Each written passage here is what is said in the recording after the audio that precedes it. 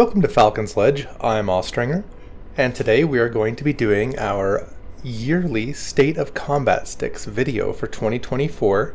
This one will be for budget sticks. I wanted to get this video out early this year, before it's time to start buying things for the holiday season. This year we have the wonderful opportunity to have D-Drake 1984 from the HOTAS SIMPIT Discord. D-Drake is a reviewer himself, and has been studying and analyzing these devices for decades. He has a wealth of knowledge which we intend to utilize here in this video. Welcome, D-Drake. Yeah, I've been running the HOTAS community for a number of years now. Some might remember me from the early days when the community started as just 10 people. It actually spawned from Elite Dangerous days when I was trying to gather a bunch of people together to discuss what products of joysticks were out on the market, some of the low price and some at the higher price, because there were a lot of confused people when you asked what was the top stick of the day, many years ago, 7-8 years ago. And a lot of people would say, and they would blurt out because they were blurting out from what other people would know, but not actually from their own experiences. So it was sort of getting together a bunch of like-minded, smart people that had experience with joysticks of their own, configured specific ways, special ways, and a variety of different joysticks, and just talking about them, talking about what they've got and how they use them in the games that they've got. Yeah, or people will just kind of recommend whatever they have. Yeah, and you still get that actually quite a lot these days. In fact, it's probably gotten a lot more in that regard because they haven't really come down in price. They're still quite expensive for a lot of people. The entry price to a lot of joysticks has been quite high for so many years that when you would ask what was a good joystick, people only owned the one joystick because they didn't have the finances or the experience or the knowledge to know what they should buy. Right now we're coming into a wonderful time in the joystick world because there's more available to us now than has ever been available before at the lowest prices that we've really seen in relation to the value of money right now. And so people's options are huge, and with the joystick market being in this huge boom, this is why we're making this video. Yeah, exactly. This is definitely the time, the era of the flight sim market. For many years it's been the driving sim market, or even the commercial sim market to some degree, but not really the consumer flight sim market for your general games and your general flight sims, but not, it's your space games and your entry level flight sim games like War Thunder, IL-2, DCS, and they've propagated even more from now. So yeah, we've actually finally hitting that era, that threshold where we can actually see competition, especially, and we'll probably talk about it. The competition between multiple companies. It's an interesting time in the combat sim hardware market. The industry is in a large boom, and some great new technology is being introduced. Some of that technology, specifically force feedback, isn't really ready to be included in the state of sticks, and the reason being is that most of the main producers haven't really released their products yet. We will discuss it near the end of the video that they would belong in, but next year at this time we'll very likely have a section dedicated to it, and you'll definitely be seeing many videos in this channel about it in the near future. On this channel we focus on bang for your buck and quality products. As such, we'll be focusing on these aspects when we compare the available products on the market. The reason that we don't do entry-level devices is that we don't really recommend them. If your finances are limited as such that these devices are your only option, then of course, go that direction. But if not, with the state of used hardware market, we believe that it's better to buy a device that will provide you a better overall experience And if this hobby isn't for you, then you'll be able to recover most of your investment anyway. So there's no reason to buy uber cheap devices. Let's lay down the ground rules of this comparison. We'll be looking at combat flight sticks only. The prices are in US dollars. And this year we are taking into account shipping. We'll also mention the Australian dollar versions for D-Drake. We will include some that are sold as a HOTAS, and they will end up being compared to the stick-only setups. This is really not avoidable since there are some that aren't sold separately. This will be taken into account in the final judging. Some bases are compatible with grips from other manufacturers, but only the grips from the same manufacturer will be considered for this comparison, and that's mostly just for consistency. And finally, the prices are what we call MSP, or manufacturer's sale price, to account for products that were always on sale. This is going to be the price that you can normally acquire the device at. Each device will be placed into a tier, and the tier system should be familiar to just about anyone that's been on the internet for a little while.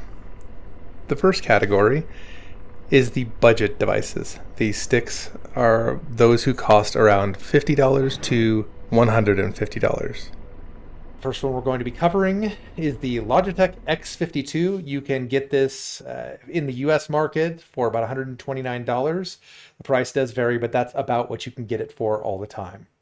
So, D. Drake, what do you think of the X52? I think it has a good combination where it comes with a joystick and a throttle at a reasonable price. Obviously, it's within this bracket range. It's got a plethora of buttons, and I think that's where, and it looks really cool. Like, it's got a very futuristic vibe to it. And for a lot of people that see this on the showroom floor, they're immediately drawn to it because they look at this and it looks premium. Like, it looks really, really good. So from a looks perspective, I've got to give it a good rating. However, the issue is the quality of feel. Now, when you get this in your hands and you start using it, you might think it feels good, I guess, if you've got no basis of other sticks to compare it against. And it might last, for some people many years. However, being in the community for as long as I have, I see nothing but issues and troubles with the stick. Troubles with ghosting inputs, troubles with its axis not working, not responding, the plastic buttons breaking off, the rubber matting, the rubber texturing. Because it absorbs a lot of your hand oils as well. So for people that are sweaty, and we are gamers, so we get sweaty. I have a throttle sitting just a few feet away, and all of that rubber is gone off of it. And there's a good reason for that. It's because I used it for over a decade, and it did deteriorate, and buttons stopped working. And I would tend to agree with you in that, especially for folks that are first timers, or maybe you've come from entry level stuff, it tends to feel pretty premium. But yeah, I think that the issues that come with it, especially the inaccuracy, it makes it really challenging, and people don't really realize what they're missing until they go up to something else. Yeah, and I think a lot of people are also looking at it from a costing perspective, right? They want a product that's in this budget range with a plethora of buttons, and it does offer a plethora of buttons. And it comes with a standard, depending on where you live in the world. In Australia, at least, it's a 2-year limited hardware warranty. So, for a lot of people, they're like, well, it'll last for 2 years, or if it doesn't, I can just return it. So here implies the issue, right? So it does break a lot. The buttons are mushy. They're not really great tactile feel. The throttle axis does feel good. But for the majority of this is actually quite low quality. So it's like going to a nice restaurant versus a McDonald's. They might make them in large abundance, but they're not making them with quality meats. quality vegetables. So this thing is not good for you. It'll probably be actually bad for your ergonomics, hand or ergonomics, and I've really got to put this at a C. I'm sorry, but I rate this one as a C. I agree with you on many of the things that you said there, particularly the ergonomics, and this is something that I tend to harp on, as anyone who's in the HOSAS community probably already knows. But the general shape of the stick is really, really bad for what it's intended to be used for. The reason people don't really realize that and say things in my comment section like, well, I've had one for 7 years and it's never given me a problem. Well, that must mean that it's great, right? Well, that's why we're doing this, is to compare it to its peers. And if you ask me, taking everything into account, including the fact that it does have a throttle, and the throttle's ergonomics are not terrible, I would put this at a C as well. So we're going to put that at a C. What can you get the X52 at in Australia? Because I know that the prices do vary. So the Logitech X52 in Australia is $192. That's about $130.50 in the USD, and that is basically the same price. All right, so the next stick we have up is the ubiquitous Thrustmaster T16k, or as it's known in pretty much all the hardware circles, the T16k. The price US is $79, and that's from Amazon. So what do you think about the T16k? Yeah, so the T16k was regarded for many, many years in the HOTAS community as the go-to entry-level stick. And I don't mean go-to entry-level in the regards of, something that's, 20 or 30 bucks, but something that's entry-level that we would recommend. Things that are low value aren't recommended, right? So we wouldn't recommend something that's just going to straight up fail, break, not even work out of the box for the most part. Z-axis. Well, not and for some, it's driver support, it's product support, it's drift issues, things like that. So for the T16k, this was the golden trophy. This was the gold medal of recommended entry level joysticks. It had the Warthog sensor. It did, yeah. So 16-bit sensor, and I know that sounds like a lot, especially with a lot of joysticks are, maybe not so much, but for the most part, it did more than what it needed to do for the price it was given. So, well, it was even more. I mean, just going into the little bit of nerdy hardware stuff that, people come to my channel for. So it was a 3D Hall effect sensor. When you compare it to sticks in that price range, you had one of two devices. You had POTS, which are accurate, but they are low resolution, generally speaking. At least most in that price range are pretty low resolution. And then you had sticks like the X52 that were using linear Hall sensors, which tended to have more issues. At least that was the observation, generally speaking. So going to that much higher end 3D Hall sensor with a much higher resolution meant that you were getting what seemed like premium accuracy for such a cheap price. Yeah. So its accuracy was definitely right at the top there because, like you mentioned, it didn't use POTS.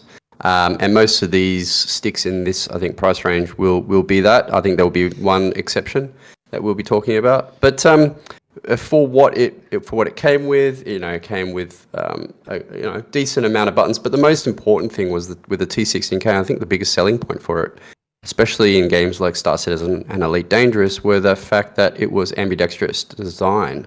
So it could be used in a left and right hand, and you didn't have to buy a specific setup. It had that option built in. Yeah, of course, gave birth to dual stick. Yeah, it gave birth to the dual sticks. Definitely propagated it. I would say it's dual stick or it's ambidextrous design, although it did come with some issues. Mostly because it's an ambidextrous design, it doesn't cater specific to the left and right hand, but it definitely made the entry level into the dual stick world more achievable for a good price. And they did have bundled prices for a lot of these for the T16k as well. They did, in fact. The bundle price for the T16K is $129 US, and it would even fit into this category. So, I mean, that is something to consider for that particular stick, is that you can get a dual stick setup for under 150 bucks. Yeah. For Australia, the dual stick was about 269, but for the single stick, T16K is 101.29 Australian dollars. All right, so it looks like it's a little bit more money in Australia for the T16K than it is in the United States. So to place this one, before I do, I just want to quickly talk about some of the issues, because I do mention issues with the X52. This one also has its own issues. So it's plastic construction. Most of these are plastic construction. So be that as it may, button, hat, switch wear, trigger durabilities. Obviously, I mentioned the ambidextrous design. Stick drift does occasionally happen. The biggest one was for the T16K was the twist Z-axis durability. It was the biggest point of failure. But and I can tell you exactly what was happening there too, because I actually witnessed this issue in my Thrustmaster Warthog, and that is that the wires that they were using and the solder joints were not the best, and because of that. Well, I would have to place this, given the button ratio, the even though it had failure rates, it had a very low failure rate. I'm going to put this one at a clean A. This was definitely a clean A for me. Let's see. I think when it comes down to the T16K, historically, I would have even played in the S tier because of its value at one time. A seems fairly reasonable, but its button count is so low. And I really don't like that they put so many buttons on the base and didn't put them on the stick. Because when you use it as a dual stick setup, it really is taking your hands off of those as a possibility. I'm going to say a B plus, but averaged out, that's going to put it into A tier. I would definitely agree with your explanations on this for sure. We're not putting these in here because we're really kind of focusing on combat sims, but just in passing, there is the TCA and the TCA X versions of the T16K available. We would rate the TCA at a B tier and the TCA X as a C. This TCA X is a C because it's even more money for the same basic values. And the TCA just doesn't have the same cost for what you're getting as the T16K. There's nothing to say that you can't use the T16K as a TCA stick anyway. So next up on our list is a relatively new product in the sim world from a company that really hasn't been involved in combat sims for very long. That's the Beach VelocityOne. You can get this for $129 on Amazon. I did talk about this a couple of years ago when it first came out. So now we have some time with this device, and there's a lot of people who have used it. I think I played with it at a store, so I know what it feels like. I know what its materials are. I know what the gimbal feels like. And someone who has worked with so many of these things can pick up a heck of a lot in that short a period of time. The Beach VelocityOne is an interesting one because it seems like some companies are putting out products that are less utilitarian and more designed for, hey, look, I'm a really cool looking device that has a lot of features, and I'm using quotations because a lot of the features that you find in the Beach VelocityOne, like the screen and the stick and things like that, are a little more than gimmicks. And the reason that I say that is that if you're flying a plane in DCS or a ship in Star Citizen, you're in combat or whatever, the last place you want to be looking is the stick. And I know that you can do things like change settings right from the stick. Honestly, when I think of the number of times I have to change a setting in my sticks, I don't think that there's been a huge number of times that I've been like, well, gee, I wish I had a screen on my stick so I could change these values here. It just doesn't seem like something that is valuable on PC. And that's really what we're coming down to here, right? The Turtle Beach VelocityOne was initially designed as a stick for Xbox. And I'm going to get some heat for that because I always do. But that is the truth. That is the reason that it has a screen in the stick, because oftentimes you can't change the settings in Xbox. So adding a screen there that you can do that there, that's valuable for that particular use. But for us on PC, which this list is really about, it isn't really valuable. You know what would have been more valuable? Another hat switch. So there you go. To me, it reduces the value proposition for the VelocityOne. So, Dietrich, what do you think about the VelocityOne? Yeah, you definitely mentioned, touch on the elephant in the room, that this was an Xbox, or is an Xbox catered stick. The screen obviously demonstrates that with sound control. Now, obviously, you don't really need to modify your sound control from a stick. It's kind of an Xbox utility based on when your headphones plugs directly into that device. It does have some pretty cool features. It looks flashy and it's got a wide base. So, wide base is really good for sticks because it means it gives them that that footprint on a desk or on unfortunately, when you're on a couch, you don't really gain that footprint unless it's on your lap. True. But from the other cool factors, the buttons themselves are actually they're mushy, but they do actually still feel good. The levers, the throttle levers, actually short range, but they still feel good. The armrest adjustment is actually quite a nice adjustment. But I have to agree. So this is where this stick sort of starts to fall off. So it falls off at the gimbal, it falls off at the trigger and the switches, and it mostly falls off at the display. So the display being something you do not want to be looking at, you do not want to be messing with. It's also a bit laggy from last time I checked it. And reducing input, physical control input, which is what a stick is supposed to be all about, by putting a screen there. The trigger I mentioned and the buttons don't really feel as sharp and as crisp as some other sticks that we will talk about a little later. And here's the big kicker: the gimbal.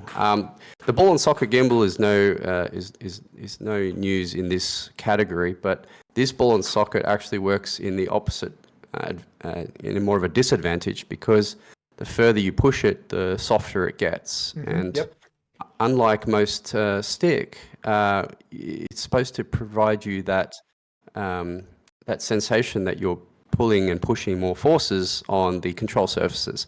And if you're getting lighter, the more you push it, then your sensory understanding of what your aircraft is doing or what it's doing versus what you feel via the stick is the exact opposite. So this is definitely not something that I would recommend in a stick. At the very least, you've got to get the gimbal working first and then work up from there.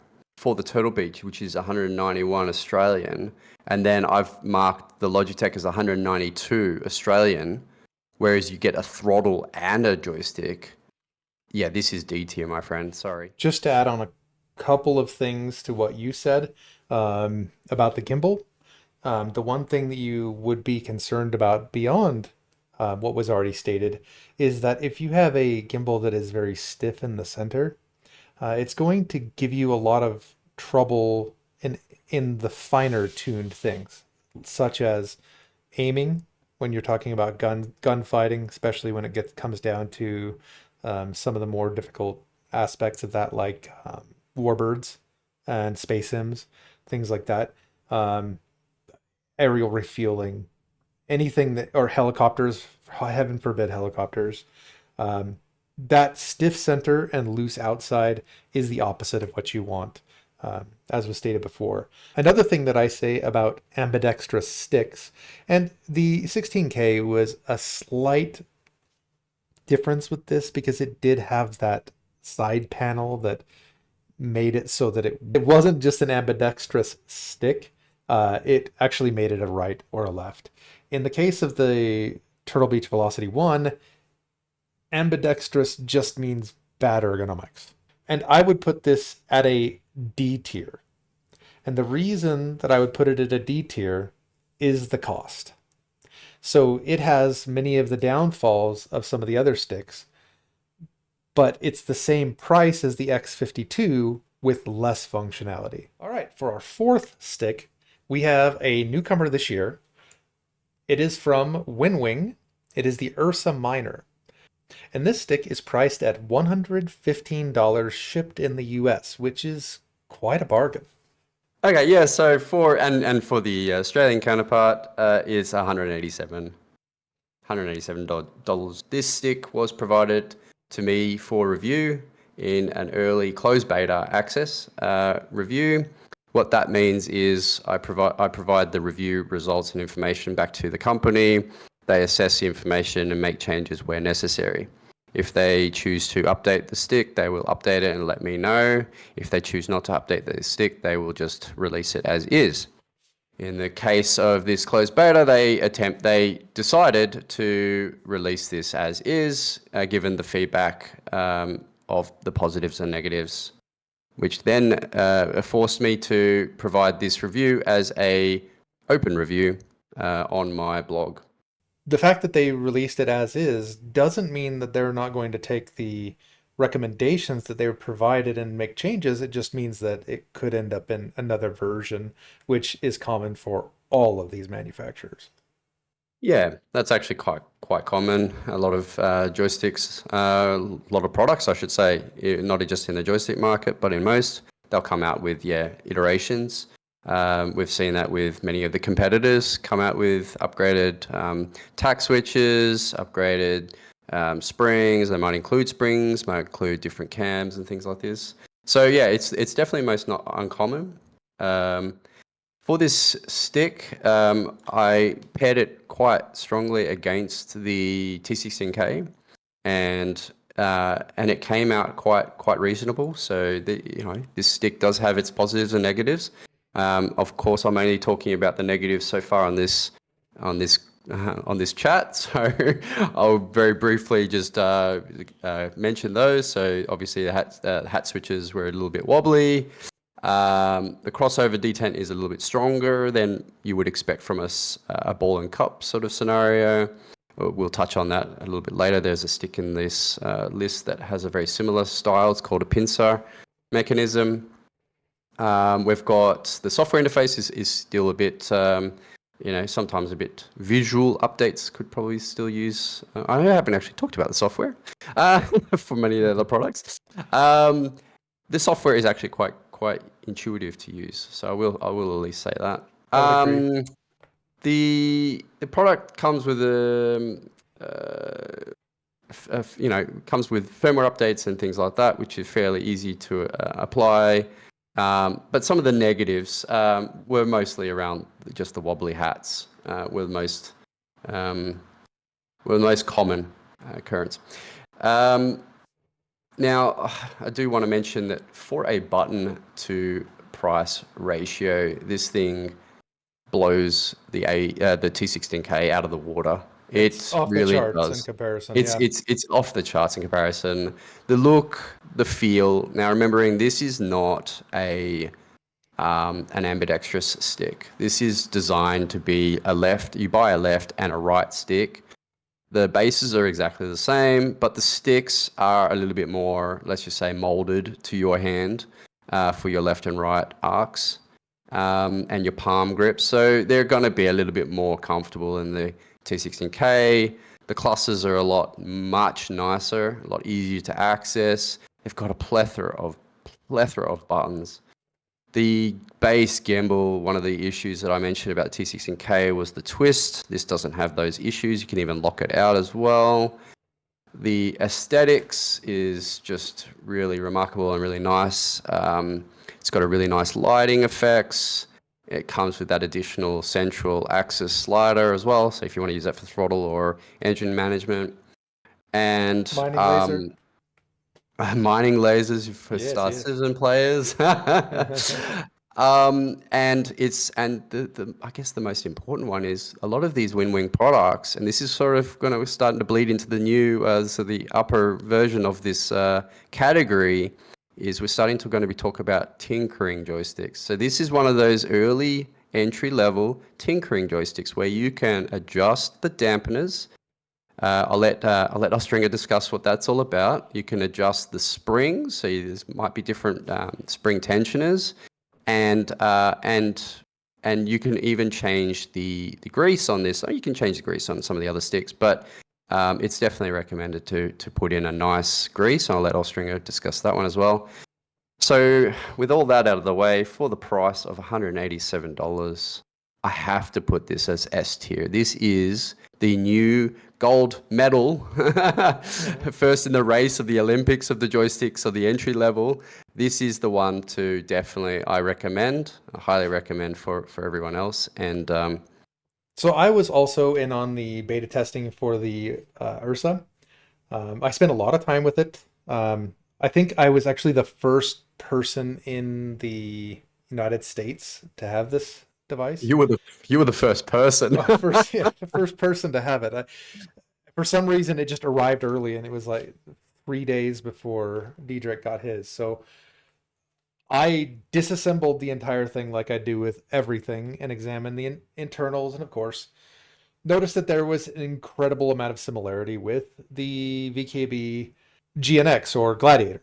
Now, this is something you do see from time to time, different companies kind of copying their designs. Like we were looking at some joysticks on Amazon and found a whole bunch that were literally just copies of the X52 for sale different places. Now, I'm not going to go into the ethics or morality or any of this sort of thing because I really can't quantify that into something like this. So we're just going to talk about the raw features, cost, etc. This is, as Diedrich mentioned, the first stick price-wise where you're going to find the kind of customization options that you find in upper range sticks. To give you an example, you can use this stick as dead stick. It's the cheapest stick on the market that you can use that way.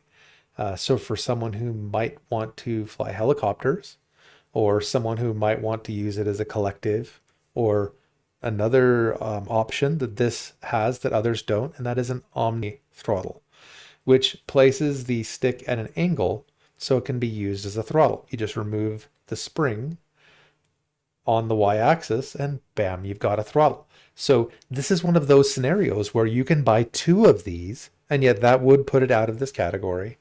But this is going to be rated specifically on the merits of one device. But you could use them that way and still be competitive in a totally different category. The gimbal itself feels great. I will say that it is the gimbal portion of it is slightly worse than what it's based off of due to materials mostly. But for most people, for most users, you will not be able to tell those differences.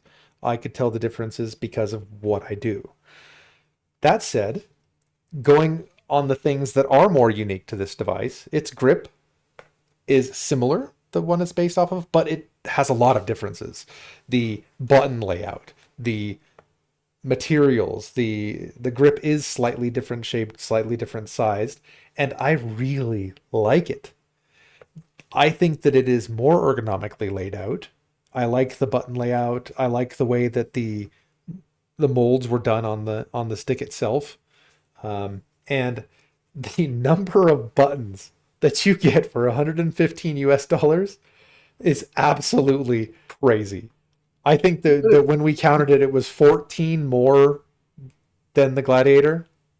It's almost difficult to just find the buttons for that price themselves from most electronics stores. This is one of those interesting facts. Is if you want to build your own DIY stick and you're trying to source buttons and switches, to just buy this amount of switches, the electronics, it's more expensive than this whole thing combined. Yeah, and the buttons themselves on the base feel pretty good. The caps are maybe a teeny bit loose, but that is not unusual for this stuff in this tier. I did kind of dislike the use of nav switches as the hat switches, but at this price point, I don't have a problem with them because one, they worked every time. Two, they're designed in a way and connected in a way that would make it really easy to 3D print new ones with different feel or whatever. I consider that a plus for sure. And with all of that taken into account, compared to its price alone, this is a solid S tier. All right, so the next competitor in our tier list is the Thrustmaster T.Flight HOTAS 1. You can get this at Amazon at $59 US. This is a stick I really haven't used. The most that I've done with it is just put my hands on it at a store. And I really didn't mess with it much. It's in a price range that by the time that it was available, I was out of that price range. So, do you have an opinion on the T.Flight? I do. I haven't used it extensively, sadly. But if we're just looking at the characteristics of what it's offering based on the price performance, I think it's got some pretty unique features where you can split the throttle from the joystick base. Yep. It comes with pretty good supportability with the consoles, much like the Turtle Beach, but obviously at a much cheaper price. So talking about the price for the T.Flight here in Australia, it is $118.24. I think that's off Amazon. It's got a really good price to performance ratio based on this. So it kind of sets itself at a sort of competitive to the X52, which also has a throttle and a stick combo. But it's obviously this T.Flight is much cheaper. It does set itself a little bit lower because it doesn't have as many, and it's not, as in, doesn't have as many buttons as the T.Flight, as the X52. It's also a lot cheaper than the Turtle Beach VelocityOne, and it comes at slightly more buttons options than that.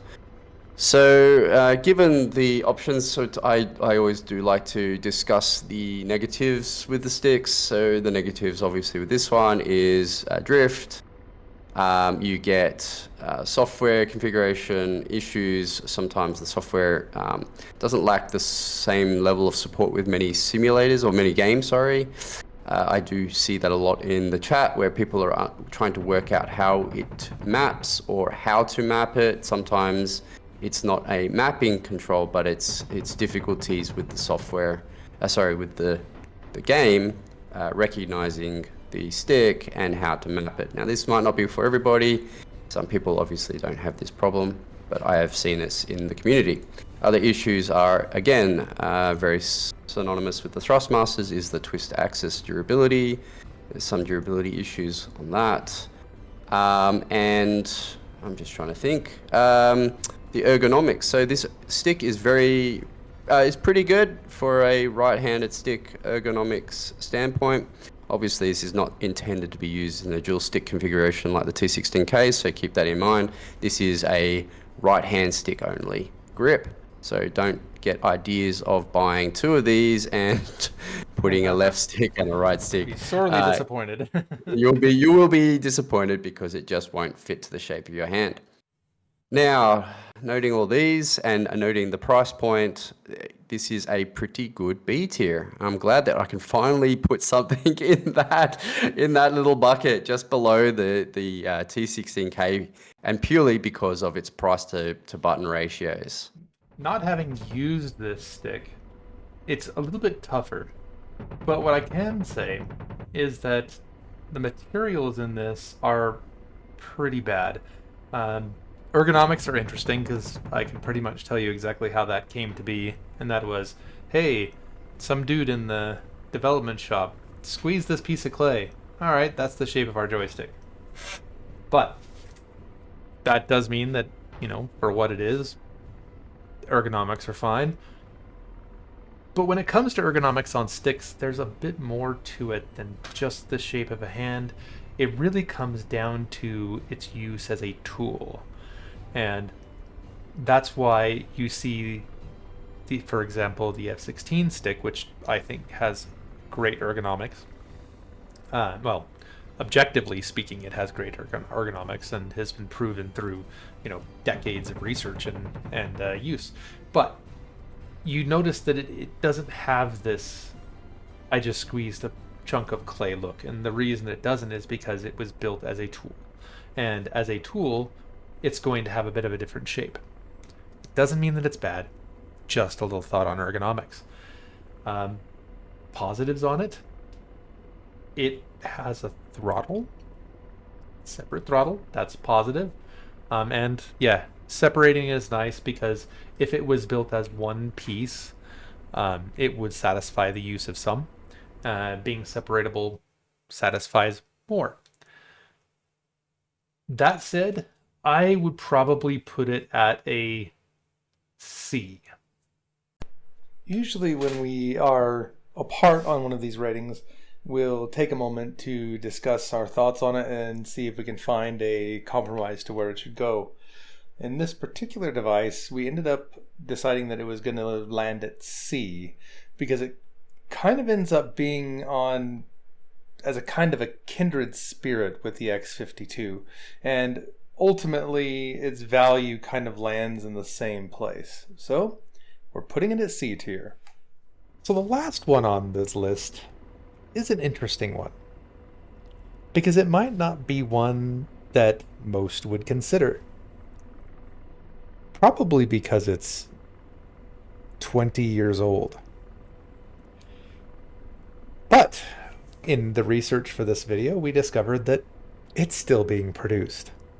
And if it's still being produced and still you're able to purchase it and through regular means, then, well, it's got to be on the list, right? This is a really fun one for me because I had one of these in the 1900s. And I was very fond of it. So, just out of that nostalgia rating, it's going into S tier. Except, not all is fun and pretty in CH Products land. This is a 20-year-old stick, which means getting support for it might end up coming from the community. That's not always a bad thing. There are actually a whole lot of customizations that people do with these. There's 3D printed gimbals you can put in them that use Hall effect sensors and things like that. But that's not really the thing for everybody. I mean, there's even some compatibility issues with some version of Windows, but for the most part, you can get it working. So maybe it belongs in D tier. Oh, okay. I love this. CH Products, such a classic, such a timepiece. I think to do this one justice, we're going to have to really break this one down to a few components. Yeah. Let's really tackle this together and talk about its, some of the features that people will have come to know. And for those that don't know, new here, I guess this will be an eye opener for you. Some of the CH products are the benchmark or the baseline or set the bar in so many ways to where we would expect sticks to be. So I think let's just start and not even discussing the price. I think we start with the switch buttons. What do you think? Oh, I love the switches on this. I remember using this in sims like Falcon 4, and I used it to play Descent on CaliNet, which, boy, I'm really dating myself there. Oh no, I remember CaliNet. You remember CaliNet? Yeah, I do. Yeah. For anyone wondering, CaliNet. So way back in the day, games weren't played on the internet because, well, it really didn't have that functionality at the time. What you ended up doing was dialing your modem and connecting with another person directly. But there was usually another way to play, and that was over a local area network. And that was through a protocol called IPX SPX.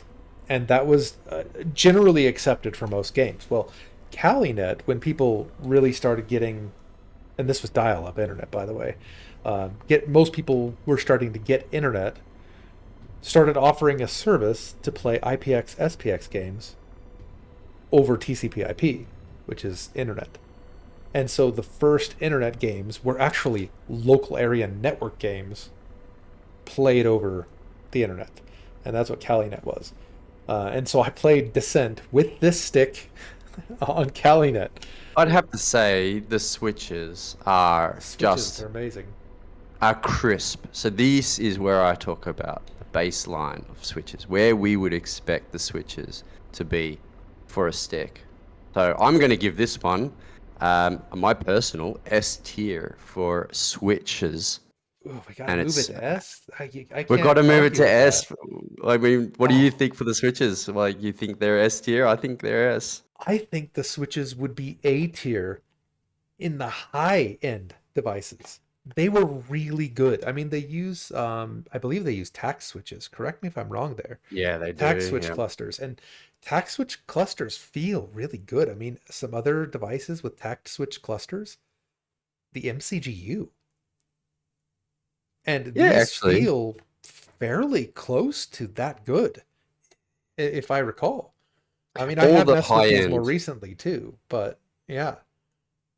All the high-end sticks, yeah, like the VKB MCGs, the WinWing high-end HOTAS sticks, yeah, they do use, in some components, they use those tact switches because they are a premium feel, and you can isolate the mechanism for your up, down, left, and right activations. Whereas, obviously, if you notice with nav switches without gated holes to prevent you from accessing those, then yeah, this is kind of where we're expecting switches to be. You shouldn't be able to, and you shouldn't, because you generate a lot of misinput on a lot of devices when you don't have gated switches. Yeah, this has actually been a complaint of mine for some very, very high-end devices that are using these nav switches. These hat switches feel better than some sticks at $200. Looking at you, Constellation Alpha, the hat switches feel better than that. So that's got to say something. This is it, and this is a 20-year-old stick that's still pushing above its weight. So, moving right along, I've got to say where it does lose a bit of its value is where it doesn't have any base buttons. Yeah, unlike all the other controllers in this category, a lot of people are looking for bang for buck, right? They're looking for the most amount of buttons that they can fit on a stick, and that's just not the stick in their hand, but stick on the base as well. And it does lose. It scores lower than the X52 on buttons per dollar. 100%, yeah, it's just too low, so it loses. So you're gonna have to drop that all the way down, my friend. Yeah, it's not as good. D tier, huh? It has awesome ergonomics, and just to mention, CH Products, what they really kind of came up doing was building industrial controls for like machines and things. So that this thing is as robust as they come. It's interesting that you said the ergonomics, because it resembles one of our favorite jets. Oh, I love the F16. Yes, I do. And everybody, if you're on the HOSAS group, you know how much I fawn over the F16 grip. A lot of it is just because it is the quintessential side stick. So, it is without a doubt the best ergonomics for a side stick. Man, if it's the F16, it's got to be an S tier. Got to be back up to S tier, my friend. S tier, yeah. But here we go. This is the other problem. It's got to drop all the way back down again. I'm sorry to be the bearer of bad news, but it's compatibility issues, driver issues, supportability issues. That brings it all the way down, my friend. It just doesn't have. It's a 20-year-old stick. It's not really supported to the same levels as the WinWings, the Thrustmasters, Virpils, VKBs, and the likes. It just doesn't have that community support. It doesn't have the driver support. And although it runs well in Windows 11 as of recently, but it was plagued with Windows 10 issues. Yeah, well, thinking about this, it does use a pincer mechanism. It's Oh, not yeah. quite as good. I mean, that's a better gimbal than the X52. It's a Oh, better 100. gimbal than the T-Flight or the VelocityOne. It's even a better gimbal than the T16k because it uses kind of a modified ball and socket, which is going to have some of the same issues as the VelocityOne, but the difference is the T16k really has a very light spring in it, so you don't notice it as much. But it's got a better gimbal than, or at least an equal gimbal to the T16K, but it doesn't have quite as good of a gimbal as the Ursa because it's not customizable. The design is a little bit better. So I think A tier is where that belongs. Ooh, okay, yeah, and that's pretty good. I've got to agree with that one. But I've got to be the bearer of bad news again. So we've got to bring it down because it's using pots. Now, this is not Yeah, just plots. yeah, potentiometers, as most people will know. They're not necessarily well regarded because they need to be serviceable, like cleaned, when they get dirty, or sometimes they just right up fail. They're quite high ratios, or sorry, of frequency, so they spike a lot. However, to CH Products' um, advantage is they use actually high quality, good quality pots. So I'd bring it down just a notch, just for the sake of them utilizing good pots as opposed to rubbish, shitty ones. Because like you said, they are an industrial manufacturer. So they know what they need to make things be reliable and durable for Yeah. long-term purposes. Out of most pots, these are probably going to last you basically forever. However, it is worth talking about for a moment because I'm a nerd and that's kind of my go-to. The difference between pots and Hall sensors, which all the rest of the sticks on here, I believe, I don't know about the T-Flight. They use Hall sensors. The big difference between pots and Hall sensors, there's two. One, contactless. That is a piece that will wear out. They will wear over time. There's no ifs, ands, or buts about it. They will fail, but to their credit, it's probably going to take a long time to do that. The other side of that is their resolution. You can only fit so many spots where a pot can contact and give you a reading, whereas in a Hall sensor, it's just digital. So it can read every single number between 0 and its max. And so the pots are always going to be a little bit less accurate. Now, will an entry level user notice the difference? Probably not. I would venture to say that the pots in the CH product stick is probably more accurate than the Hall sensors in the X52. So, given that, even if we're just talking about the sensors, it's better than the X52 and not quite as good as that Warthog sensor. So, that's B tier. I think that's where it lies. I think that's where it lives, my friend. I think so too. I think that's where it lives. I would buy a CH Products fighter stick before I'd buy an X52. Easy to think. Such an old stick can stand the test of time so well. For sure. It's really made me think, maybe I should be looking on the used market and pick one of these things up to play with. It's There'd be definitely nostalgic.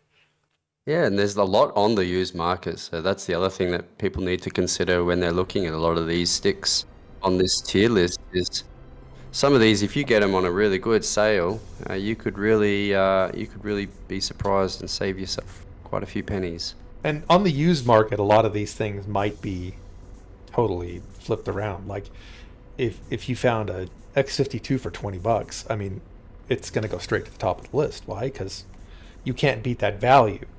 But if you're looking for something with certain features, then it might not serve the purpose that you're looking for. All right, so there's two sticks that are really common that a lot of people are going to ask about that don't fit into this category because they're cheaper than 50 bucks. And there's a pretty good reason why neither Drake or I recommend these devices. And it's just because people are oftentimes worried, well, I don't want to invest $129 or $115 in a stick that I'm just not sure that I'm going to use all the time. And the thing about it is the used market for some devices are very good. The Ursa Minor, excellent. Even the T16k, the X52, a lot of people are getting a lot of that money back. But for things like the 3D Pro and the T.Flight, oftentimes you don't gain any more of your money back. So I don't recommend going with a device that's going to give you a less satisfying experience when you could increase your experience, you can increase the quality of your experience, and if you decide not to do it, you'll be able to get most of your money back anyway. But these two devices are the Logitech 3D Pro and the TM T.Flight X. So that's the Thrustmaster and Logitech. I haven't used these things because by the time that they were available, I was had moved on out of those price ranges. But what do you know about them? Yeah, so entry level. So I don't really want to talk specifics about why they're not added to the list or why I won't give them the airtime. And more I want to talk about when people buy peripherals.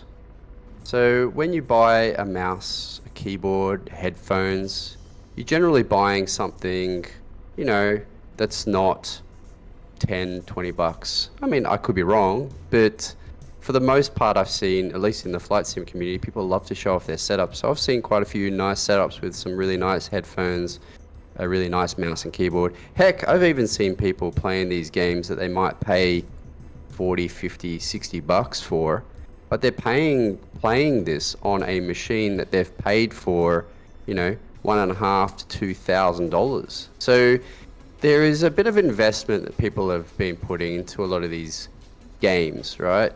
We'll call it inadvertent support for these games. So you're supporting these games through a computer hardware, a really good mouse, keyboard, maybe a microphone, maybe headphones. But the common theme is you're looking after your kit, you're buying kit that's really good, you're going to have a good experience.